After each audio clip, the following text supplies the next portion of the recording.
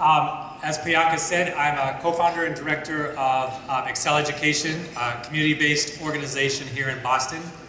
And shortly after our founding, we made a decision at X-Cel that we wanted to recruit and hire as many of our program graduates as possible to add to our diversity on our staff. And I'm not just talking about diversity by ethnic or racial background, but diversity on personal life experience. And having staff members that live in the same neighborhoods as our students, that face the same challenges as our students, and can relate with them and walk the same walk together with them. And I'm proud to say that as of today, that our organization, 2/3 of our staff are program graduates, which we're very excited about. So one of those student graduates is the speaker today. His name is Aaron, and he came to us in 2009 to, I'm not going to tell his whole story. He came in 2009 to earn his high school equivalency, or back then the GED. And 3 years ago, we had an opening for what we call the Success Coach in our Connection Center here in Boston. And we interviewed, and I reached out to Aaron because we were still in contact. He was working in another space, another field. And we asked him if he'd be interested in interviewing for the position. And he said yes. And he ended up being chosen out of the various folks that we interviewed. It was unanimous among all of us that were interviewing him to choose him. And he's been with us since. And I'll let him tell more about what he's been doing since then. But I will say this. I will say, probably of all the staff members that I have, the graduates we've hired, Aaron has been the most willing to challenge me as a white male director of an organization, of really looking at it through a community lens and through the lens of someone who lives in the community and trying to change my perspective. And that has been very healthy for me. And I'm very appreciative of Aaron, and you'll hear his story today. Thank you.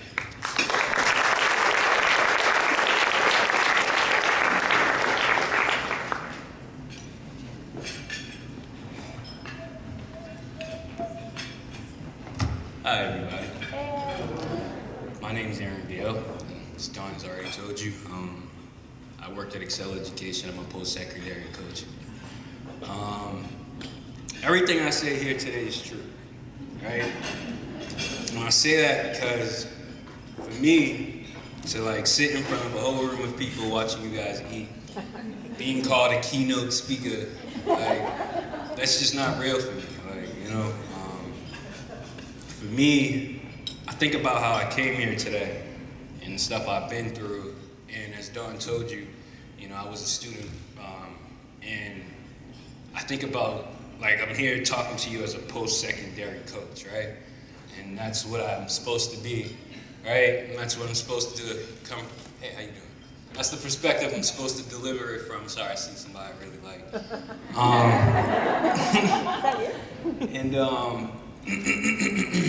I think about it, and it's like, yeah, I'm a post-secondary coach.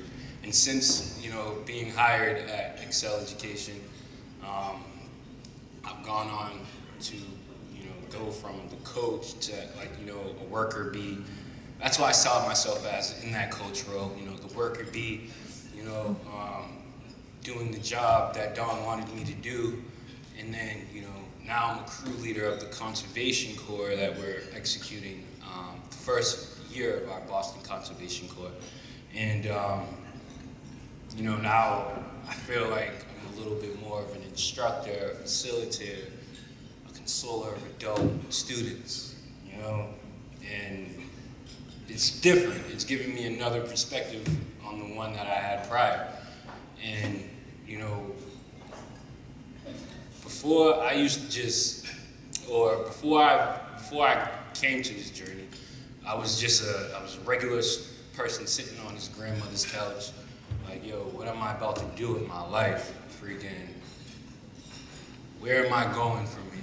Like, I've been in trouble with the law, probation, all that other crap. And so it was like that decision of what's next, I'm done, what's next? And it literally is like a movie for me. Like, it's like, I'm sitting there, and then that commercial comes on. Everybody's probably seen it. Hey, you're not doing nothing. You're just sitting there. Why don't you go to school? Why don't you do this? Why don't you do that? You know, and you just get tired, and you're like, you know what? I'm gonna do something. And it was like, that was a decision for me. I'm like, you know, I've been in a lot of trouble, but I'm gonna become a paralegal. I'm gonna take from where I've been and flip it on its back and see if I can do it, right? And that was like a decision that I made in my head. And so, you know, I went to school. I went to the short-term for-profit career school. It's called, I don't know if I should say the name of it, but it's called the Salter School, if anybody's ever heard of it. And I got a paralegal certificate there. And I remember, like, even before I went there, I'm like, damn. And my first day going there, I had my fro out because I couldn't find nobody to do my braids. And it was like, freaking, I'm just sitting there and I'm like, I remember the dude, he was like, yo, do you really want to be a paralegal? And I'm like, can you really make me a paralegal?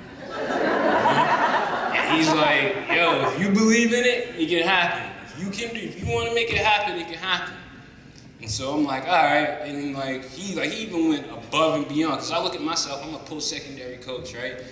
And before, when I was working in the before the conservation corps, and I was working as a success coach, my job was to help my clients, my youth, go from A to B, right? Whatever they said they wanted to do, my job is to help make it happen, right?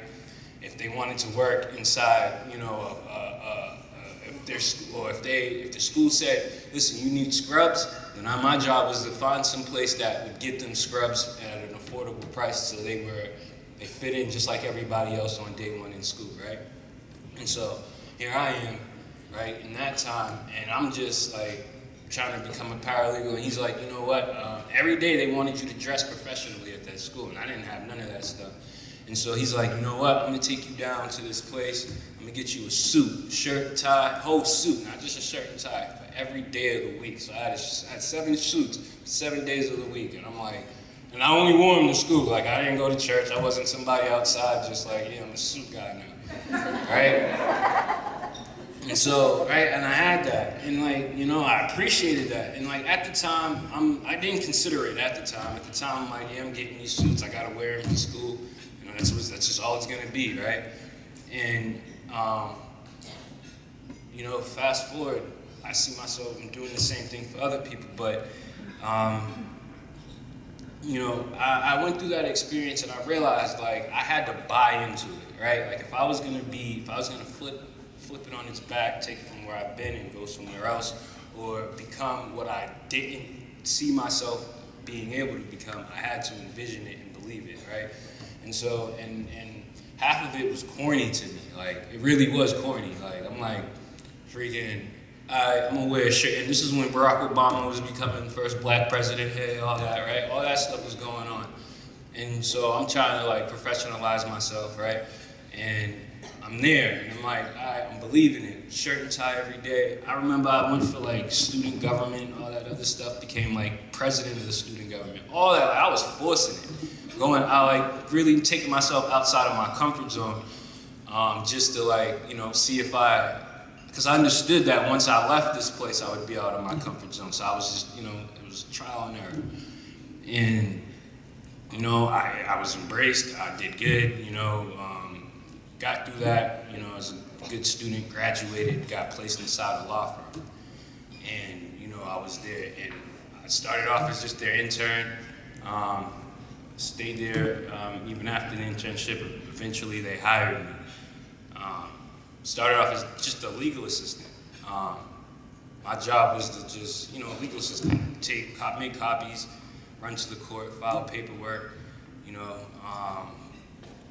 stuff like that. And then eventually, I wanted to be more, and I loved the space. Like, my purpose of doing it was saying, now I have a job where it's like I'm going to work in a shirt and tie every day, I'm dignified. I can look at myself and say I'm proud of myself, right? And it was great in the beginning. It really was. Like I felt great in the beginning. And over time, I hated that job. And over time, I felt worse about myself for being in that job. And you guys are probably asking yourself, why? You did what you wanted to do. You said you wanted to be a paralegal and it happened, right?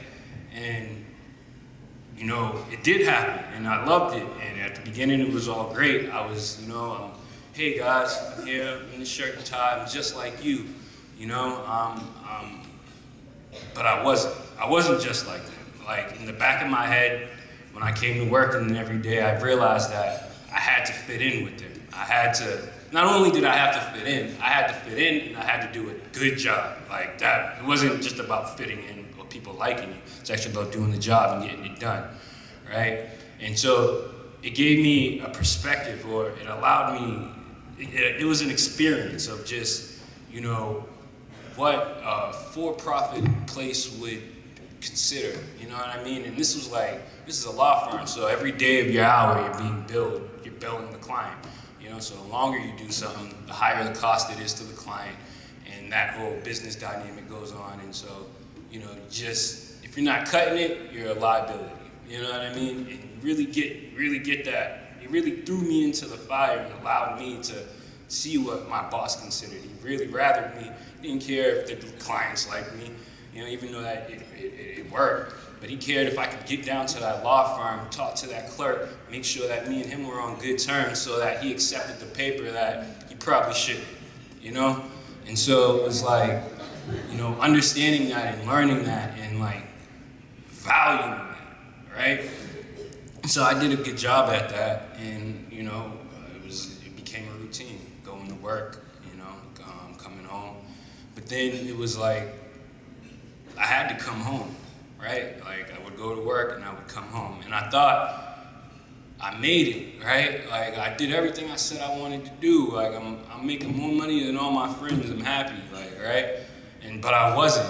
Like I realized, like through this process, I was realizing that I valued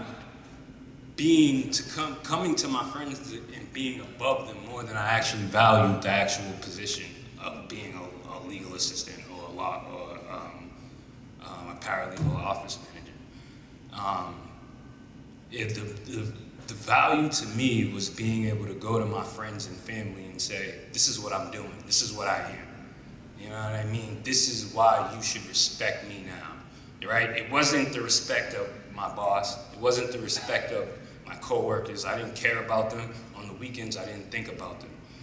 You know, and the only time I was there, I was fake. I'm not gonna lie, I was fake. Hey, how was your weekend? It was great. Even though my cousin probably got shot, something that happened, I couldn't relate it back to you, and I knew you couldn't value it, or I felt you couldn't value it and you couldn't understand it, so I'm just gonna gloss over it. Nah, everything's great, my job's, you know. And so, like, I was literally like having like this mental back and forth of, I love my job, I'm able to do everything I want to do, you know, but yet I'm unhappy here. I feel like I'm not being really valued as a person. I'm just like, hey, here's Aaron, he comes and does this, he goes home. But my boss was great, he was a great guy. Like, you looked at him, if you looked in his eyes, he would make you feel like you were the only person in the room. Like, he was a great guy. Like, it wasn't anything like that. And so it was like, I realized, okay, I gotta move on. Like, this is not the final place for me. And so I started going back. I realized, like, so I started off as a legal assistant, became a paralegal, ended up as the office manager. I was like in charge of payroll, their retirement. You know, it was just a lot of responsibility was on my shoulders, and I realized that I didn't want any of it, and I didn't really care for it. And so I started going back to X-Cel Education for, you know, just brush up on my skills. We have a college prep program there, and I was going to start going back to school to get a business management degree. And so I started that. Don saw, like, I guess Don saw some things he liked in me, offered me a position, and so I accepted it. And the rest was history. But it was like, and I didn't know this even before I got there, but that experience of being at that law firm and having to go through the process of, you know, fitting in with my coworkers and getting the job done and just being there and existing and coexisting and understanding people and understanding my part as the whole. It gave me something. It prepared me for what I was about to do at X-Cel Education as far as working with the youth and what we call opportunity youth and preparing them for their eventual careers and getting to a place where they're successful and sustainable. And so at X-Cel Education, we call ourselves a post-secondary institution, right? We get people their high set, formerly the GED, and we move them on to college prep. We try to, during that college prep stage, we try to have them make a decision on what they want to do. If it's not, since we started the Connection Center, where we would have people do a lot of short-term training programs rather than go on to college, we made that more a part of our programming of suggesting those career paths rather than saying, hey, you know what, just go on to college. Because for somebody like me, it actually worked. You have that short-term training, and then you can go on to that post-secondary path of college or whatever have you, once you can value it. But so that's what we do, and every day it allows me to see my journey that I had prior in my youth that I worked with, right? And it's like, it's giving me situations where, I'm wondering, and I'm wondering, am I preparing them, and are they able to fit in once they get into the positions that I was in, right? And Don says, like, I challenge him on him being a middle-aged white man in this space trying to help a whole bunch of poor people get to where they want to be in life, right? Like, I say that to him just like that. And freaking, like, there's considerations that we make when we're going through this process. And it's like, I think about myself, right? When I was just sitting in that room, throw out, not knowing, like, if I could get through this process and get to the end of it, right? And it was like, and I think, and I always bring, and I keep it with me when I'm working with my youth, and it's like, I wonder, is their dignity, is their value, is their who they are being at the forefront of people's minds when they're moving through the system, right? Freaking, right, we call the people we work with opportunity youth, right? And so they're an opportunity for us, or there's a youth, or they're a youth who has an opportunity to undertake or what have you. And so, right, but I wonder, like, are they really being valued when they're going through the process, right? Like, the money that we get for nonprofit work doesn't come if they're not here, right? Like, none of us have a job if the youth that we all hope to serve isn't sitting in that seat, right? So at the end of the day, I feel they have more value than all of us in this room. And that's just how I feel, right? And so at the end of the day, I wonder, when we're sitting in the office and we're serving them, are we keeping that in the forefront of our mind, that these aren't opportunities, they're clients that have dignity, have respect, and should be treated a certain way, right?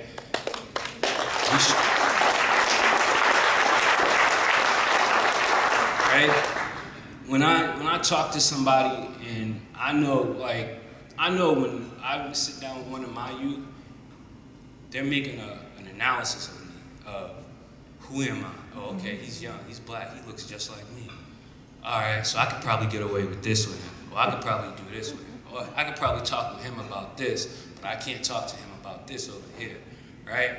And so it becomes a thing where they're not really truly giving their whole selves to me, right?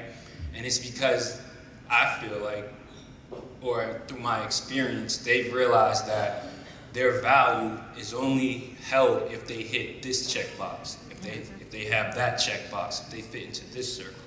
You know what I mean? And it's not really about, you know what, this is who you are, this is where you're at, this is what I'm here to do to help you get from A to B to C to D to Z, right? And so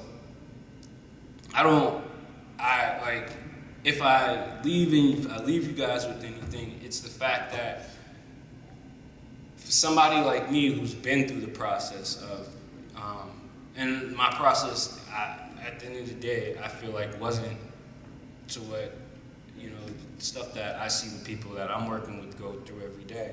And it's even helping me be more grateful every day. But going through that process and understanding that sometimes when you're sitting across from somebody and they say, hey, I'm here to help you. I'm here to help you get your high set, right? I'm here to help you get find some type of sustainable living, right? That for some reason, it seems like their dignity or their value is left at the door. And I'm not sure if I'm even communicating this correctly, if y'all guys are understanding exactly what I'm saying to you right now. But I want and I hope that when we work with our youth and when we're together with them, that we're actually valuing the person that they are, right? They might be there only for the simple fact that they need 20 hours to keep their housing and everything over their head. And that's why they're in their room. And that's the only reason why they want to talk to you and be in front of your face. And you may be saying to yourself, okay, but you should be feeling this, you should be appreciating this, you should be understanding this, right? But at the end of the day, they're saying to you, I don't care about it. I need 20 hours to keep my housing. Are you going to be able to deliver that? And so, at the end of the day, that's what they care about, right? And at the end of the day, that's what they're valuing. And I'm not trying to say we shouldn't try to change their minds and we shouldn't try to move them to a different point. But for me, at the end of the day, when I'm working with my youth and I do anything, I'm making sure that every day I'm putting in front, I'm making sure that they have that they're making a cost-benefit analysis, that they know exactly what they can demand from me, and that I'm doing right by them, and I'm delivering to them what they say they need and what is going to help move them from A to B at that moment and at that time. And so I'll end it like that. I appreciate the opportunity to address you and to say exactly how I feel and let you guys know my perspective and how I come at the work. So guys, thank you.